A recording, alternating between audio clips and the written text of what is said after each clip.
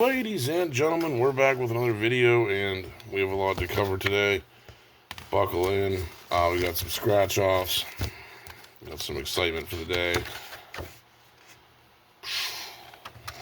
Got some mean greens, you already know. And the Jurassic Parks. The Jurassic Narc. We're going for the $500,000. As you know, it's our main goal on the channel. To keep scratching tickets until we win 500K. So we have a lot to talk about. Silver price going down, which is kind of funny. And I want to kind of talk about why it's not that big of a deal. Because it just really feels like, tell me if I'm wrong, but doesn't it just feel like they're just trying to discourage you? You know what I mean? Like, because you hear there's war, and then it's like, so like everyone's just expecting silver to just explode, and then it just doesn't, and it goes down a few dollars. Like, that's really not hard to make happen if you're an elite banking system running the world.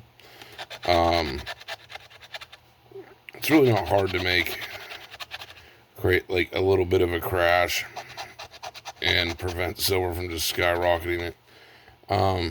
It's really not that difficult, but it just feels like they're just trying to like really weasel people out, you know, because it's really like like most people would be discouraged. And I want to remind people this is where strong investors stay strong, and weak investors don't really do as good. Is the patience. And I can't stress that enough in investing is patience. Patience is such a strong thing, and it really is truly the difference between making a lot of money and not making that much money. No matter what it is. Even like looking at 151, I really want to talk about that blow up today. We're at 800 a UPC almost, like 750, and it's just like, dude, why are people paying this much? Like, I really don't understand it. I kind of do in a way, because like as a collector's item, it's really cool, but like it's just crazy because it's like no one wanted these when these were $130. No one like even cared, and now it's just like they're the hottest shit on the block. 151. I mean, the most liquid product known to man, really, and it's taken off. But I do want to get back. Oh yeah, and like even with Prismatic, the SPCs are like $300 now, and like I was saying on this channel to buy them at 160, and it's like the SPCs have been doing really well for Prismatic. I mean, since I mentioned them on this channel, like they have doubled from when was the best time to buy them. And like I still think they have some potential holding on to them.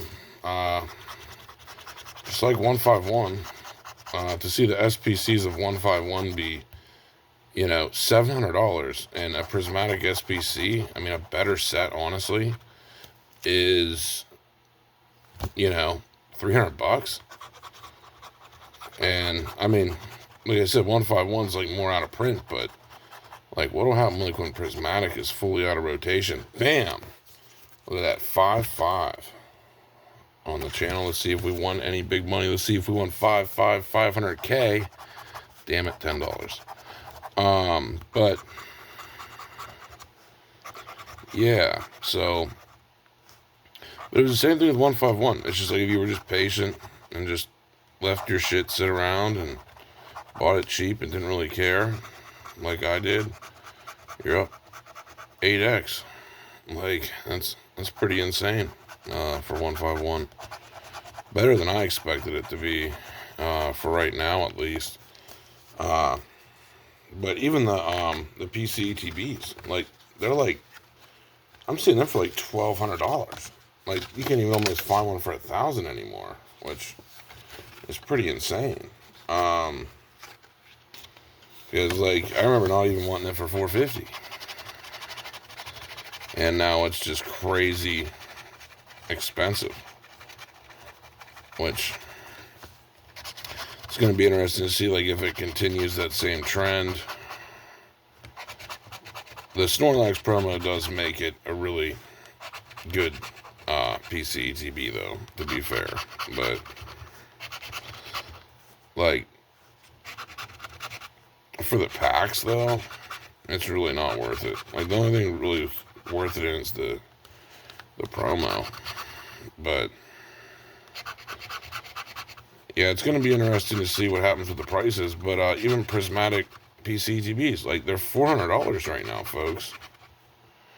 And same with evolving ETBs, like they may be 500, but like these were better sets than 151. You know, evolution sets. And I had to be honest, like the evolutions are pretty much my favorites, like out of all Pokemon, even though it's such like a generic answer. But like I love the new Sunbreon. I love the Moonbreon. Like I like the Gengar, even though I know it's not an evolution. But I loved Prismatic and Evolving. I think they're both just incredible sets. They're in leagues of their own, and it's just crazy to see them cheaper than 151. You know what I mean? Like, especially double the price. Like, you're willing to pay double the price for a 151 UPC over buying Prismatic? I mean, I don't know. Like, maybe I'm missing something, but in my opinion, you kind of see, like, if you are wanting to invest in Pokemon, like, it feels like the better deal is definitely in, like, a Prismatic SPC or, like, a Prismatic PC ETB especially. Because of how good 151 is done. And the prices are starting to climb. It's going to be interesting to see what happens with them. Let's see what we won. No way did I win. Did I win? Oh, bro. I thought I won. Look at this. So we got 4 and 4 on this ticket. And I scratched off the bottom. The last number was 500,000. I thought I won 500K. But really, we got number 4, which is fucking only $10. Dude, I thought we really won 500K. I'm like, no fucking way. Then I looked and see, like, it's 2 instead of 4. Fucking shitty. I mean, we're not doing terrible. I mean, we only won 20 and we spent 60, but we got one more ticket left, so we'll see what happens. It always looks so bad on the channel when I do scratchers, but, like, if I'm at, like, a gas station scratching off, like, a shitload of tickets, it actually always goes so much better than what I do on my channel. Like, I'll at least hit, like, 50 baggers and, you know, win, like, $200 here and there, $500 here and there. And, like, every time I scratch them off on here, like, it really does just look, like, atrociously bad. And don't get me wrong, it is atrociously bad. But, I also wanted to talk about if you're a man or anyone, like, in this system trying to survive, because one of my subscribers asked, like, how do you do real estate so good? And really, my best advice, even for someone that has nothing going for them, like, you don't know anybody, you're just kind of a fuck off watching my videos, essentially, positioning yourself, and like, my keys to real estate are first, getting a good realtor, because a good realtor will provide you with houses every day. That's free. And also going out and looking for homes in your area on your own. Learn what they sell for. Learn the values of each home. Learn what areas actually sell and what areas don't sell, because that's the biggest difference, is finding areas where people actually want to go and that are valuable, and watching them sell throughout the years of being alive. And I've gotten to do that over the past 15 years of, like, I know what every house should sell for in my area finished. I know what it should sell for roughly unfinished, and how much work it'll need to fix it. And my main thing, though, that I will say is with most people is, if you're doing this, you're going to look at, like, thousands of houses, and you're going to find out the numbers don't work on most of them, like 90% of them. The other 10%, though, you end up getting some really good deals, and those end up being worth it. But it's very fucking annoying because it's all luck based. It's all on being in the right place at the right time. Like if someone like passed away and they needed to sell their house right away, you're there.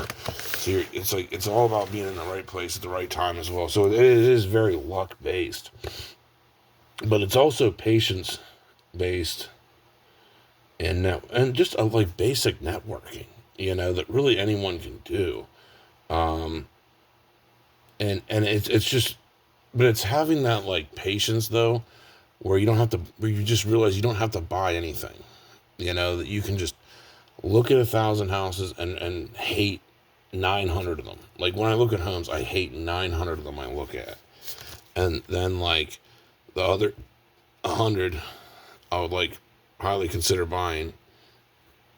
And then let's say 50 of them turn out to be like, yeah, this didn't work, and you end up buying like 50 out of 1,000 houses. I mean, like most of them, you absolutely they don't work, and a lot of people they will quit. I mean, it's not for everybody. Don't get me wrong, but like a lot of people they quit. Like you'll find 3 houses you don't like or 6 houses you don't like in a row. You'll be mad because they're either too fucking expensive or they're completely garbage, and you'll just say like, yeah, fuck this. This isn't worth it. And like I just didn't do that. Like I just kept looking and looking and looking. Like in my free time, I would just spend it just looking at houses like for sale, pieces of land, learning what land is actually valuable, learning land that has like mineral rights. And like once you start making money off of flipping houses, you can start buying up like good pieces of land that are like still frozen in time in a way of like the market in California, for example, is like crazy overpriced. But like you go to like other parts of the country and it's still like frozen in time still. So like you want to look for stuff like that, areas like that, but it's all on the area. Um, and feeling out the demand, how many jobs are in that area, how many um, like jobs are there that are good that people can afford to actually buy a home there.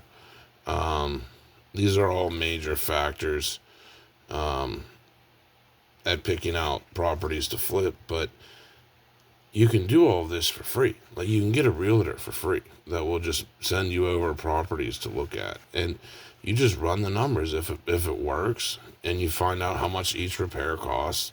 Like I just base like doing a roof for a home. I just base it to be about $10,000 to $15,000. So you just assume that in your costs and anything you might need to do, and then you make sure there's room for profit for you. And you just run through them, and it's not a bad thing to be in debt, to take out loans on these properties. I mean, even if you're 5%, let's say you have a 5%, 7% interest rate, 10% even, it's for a year. So as long as you just pay the money back in 6 months by selling it, because it takes about a month to buy a home. It is a pain in the ass, and then it takes about a month to sell the home just in paperwork. So it takes about 3 months to really run through each home. It takes about a month to fix it or less, and then a month to sell it. And like, if you get really good at repeating that, and the money's always made on the buy, you do pretty good in real estate. But it's luck based. Like it truly is luck based.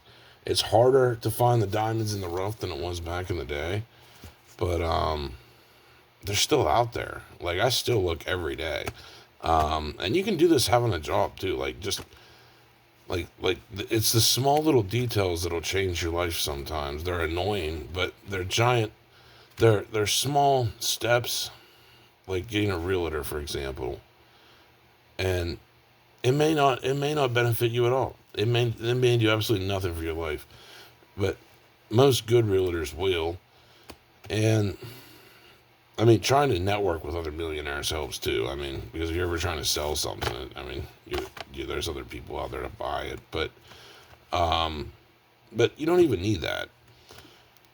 I mean, you really just need a good realtor because they'll turn you on to good deals, and if they know the markets and prices, like me myself, I already know the prices for like every house for the most part, but like a good realtor will know the information that I know, and you can learn it. It's not like it's like a secret thing. Like you can learn how to be like a realtor basically, and without any of the shit. Like you just learn how to buy homes at the right price and not buy them at the wrong price. And like that's what I did for a while, like when I was first getting going again. And it takes a lot of patience and a lot of wasted fucking time. But like if you get lucky enough, it works incredibly. And I was always using my own bankroll money, and then I would just start using like I started realizing that was stupid, and I would just like keep my money for other stuff and like other flips, and then I would just like essentially just buy homes with borrowed money, and then you just make sure they sell before a year. But if you have money already, you can cover it if you have to. But like borrowing money at 5% while you're doing other things with your money is not like a terrible thing. As much as people like, it's yes, it's scary to be in debt or whatever, but like it's really not that scary if you already have a bunch of other properties built up from selling properties. Then it's like it's not that bad. Is it stressful? Fuck yeah, but like once you get like a nice little empire built up from it, like I did, it's like it's not that big a deal, But it really is like all on making the small steps that go far sometimes. And like for me, I got extremely lucky with it, and I don't know if I'll ever be able to recreate like the same magic as I did 5 and 10 years ago. Like I said, it's a lot tougher to find good deals on homes nowadays, but like you still should keep an eye out there for them, And so it's just like you have to look at homes almost like a 151 box. Like if 151 box sells for 700, and like there's a guy down the street selling it for $400 because he needs cash today. You buy it. It's the same thing in the house world. It's just the numbers are higher. There's no difference between homes and 151 UPCs. Just there's a lot more money involved in selling homes because they're big ticket items. There's more money to be made on the table operating like that. But God's an annoying. It's very impatient. And like I said, I used to do all kinds of hustles like selling jewelry, selling cars, like buying and selling certain trucks. Like, I mean, it adds up. It definitely adds up. But it's a pain in the fucking ass, and it's a lot of work. And even myself, I don't really do it as much because I'm already like happy with where I'm at. But I still actively, when I get up every day, I still check, to see what homes are for sale, and just always look for opportunity, And if you just gradually kind of keep at that for years, and you don't spend all of your money, you won't do too bad. And sometimes you just get really lucky with it, and it works really good. And other times, you just don't get that lucky, and that's just kind of how it works. And that's, the basis of life. Sometimes it works great, sometimes it doesn't. It doesn't matter how much you try. It can go really great, or it can go really shitty. And that's just kind of the basis. Anyway, though, but yeah, like I said, I think they're trying to scare everybody out with silver. Don't sell. I'm still just fucking holding, dude. Like, a $5 dip isn't shit. I wouldn't worry at all. Like, this is delivery month for COMEX. It's March 3rd. My birthday's in 2 days. There's a blood moon on March as well. So I'm like, man, that's gearing up for silver's explosion. And they also said there might be a market freeze during the beginning of March in gold and silver. So it's going to be very interesting. For that type of drama that's going on right now, I know I want my money in silver, but we'll see what happens. I really don't see how. I also heard rumors that gold is $4,900 in Japan. I don't know if that's, in China. I don't know if that's true or not, but it definitely seems like something big is on the horizon for both metals. And That's why I still want to be involved and have a big position in silver, just in case. But anyway, that's all we have for this one. Hope you enjoyed it. I would just be patient. I wouldn't worry because silver dropped $5. It's not the end of the world. Give it time. Give it time. Like we talked about on this channel, patience. Anyway, that's all we have for this one. Hope you enjoyed it. We're out.